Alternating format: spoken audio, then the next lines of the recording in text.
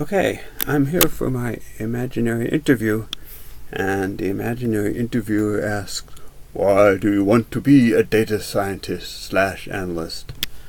And the thing is, I think I've always been a data scientist.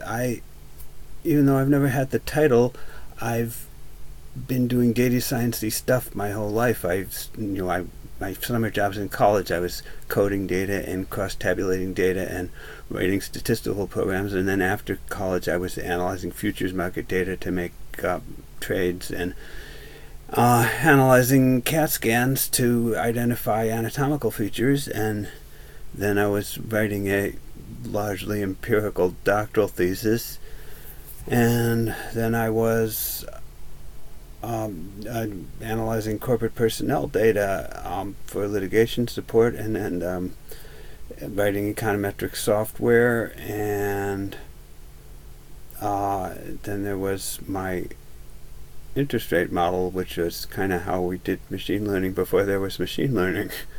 And I used to quantify myself before it was cool, as a kind of a data science hipster. So I guess it's not so much a question of wanting to become a data scientist as just wanting to find a role in which I can express my inner data scientisthood in a way that takes advantage of the modern knowledge that we have these days, which I've learned a lot of lately from being on Kaggle and stuff like that. Okay. Why do you want to work at this company? The imaginary interviewer asks.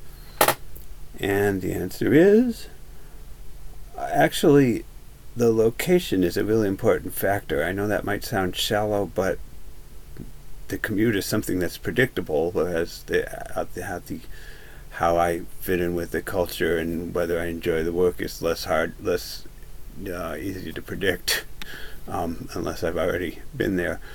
And particularly with respect to Athena, the location is one that I've walked by a lot, so I kind of get a sense of the atmosphere and the general environment, and I like that. But I have met Matt, who is the Scrum Master of the data science team here. I know him from the Boston Data Science meetup. And I actually saw him give a presentation on his pipeline, so I know that the material is interesting, and I know that I think the process is right, and I have a good impression of the culture from knowing him. Okay. All right. So the imaginary interviewer. Wait a minute. The imaginary interviewer asked me, "Tell me about a time when you had a conflict with colleagues." And okay, there's this old joke about a husband and wife who are always arguing until they come to an agreement that the husband is going to make the important decisions, like what to do about international terrorism and the federal budget deficit, and the wife is going to make the unimportant decisions like where to live and how to raise the kids. And I'm kind of like the husband in that joke. I have strong opinions about monetary policy and stuff like that, but when it comes to practical things like what kind of software are we going to use to implement this project, or should we use k-fold cross-validation or a holdout validation set, I still have opinions. I'll tell you my opinions. I'll tell you why I have those opinions, but I'm not emotionally attached to them, and I think in general the people that I've worked with have been similar, and so we haven't really had conflicts to speak of about issues of work. But I will give an example of something that happened a while back. When my partners and I sold our interest rate model to Atlantic Asset Management, it was agreed that Atlantic our partnership, that my partners and I would continue to hold the intellectual property of owning the model, but and Atlantic, I had also become an employee of Atlantic as part of the agreement, and they wanted us, even though we had claim to the intellectual property, they wanted us to give us a physical copy of the model. This wasn't part of the agreement, but it was something that they were asking for. And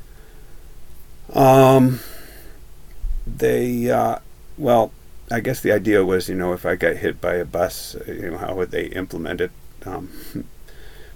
Anyway,